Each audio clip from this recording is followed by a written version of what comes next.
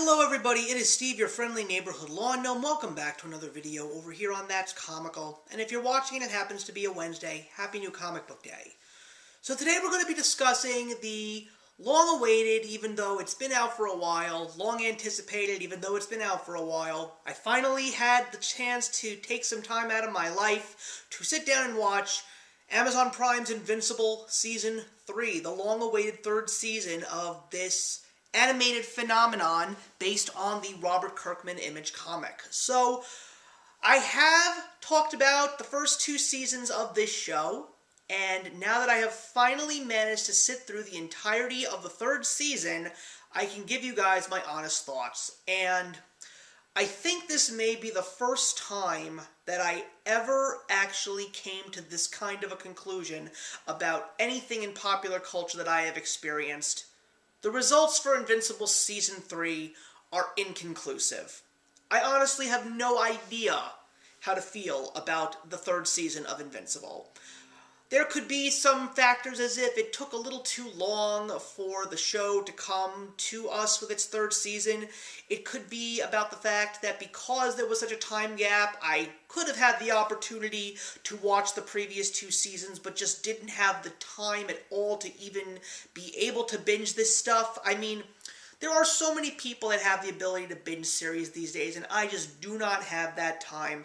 My life is such a monotony and a routine. It's basically get up, get your kid to school, eat breakfast, go to work, eat the rest of your meals, pick your kid up from daycare, put her to bed, and go to sleep. That's my life. The fact that I have any time to read comic books or even watch a show is a miracle to me these days. But the animation is still relatively good. The story definitely has its highs and lows.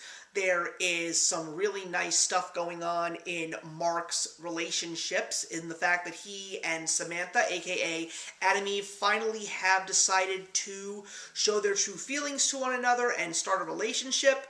The fact that he has his new brother Oliver living with him and his mom now on Earth is the ability for him to really show the responsibilities of being a big brother, and now that his younger brother is developing his own powers, how to make sure that he does the best that he can be in terms of being a hero, but at the same time, making sure as a big brother that his brother doesn't get killed, because he does have a mom at home who worries about him.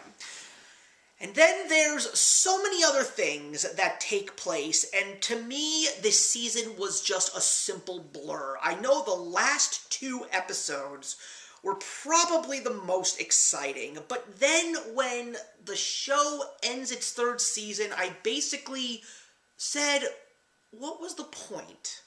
And I'm thinking that's my overall attitude about this show entirely. I mean, when it first came out, it was so much more concrete, it was so much more streamlined, and then the plot went in other directions that just threw the story, for me personally, through a loop, and I just can't figure out where we're going with this story anymore.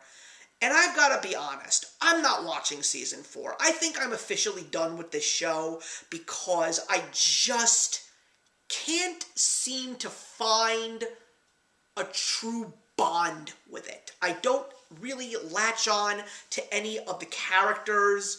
I don't really enjoy every episode as much as I would like. And I don't think this is because of the fact that I'm just a guy that was raised on Batman, Superman, Spider-Man, and the X-Men. I like to give everything a chance. I'm a big Spawn fan. The MTV series The Max, I love that. All these other animated shows that I get a chance to watch, even Creature Commandos. I love Creature Commandos, and I don't know anything about those characters. But for some strange reason, I cannot connect with this show.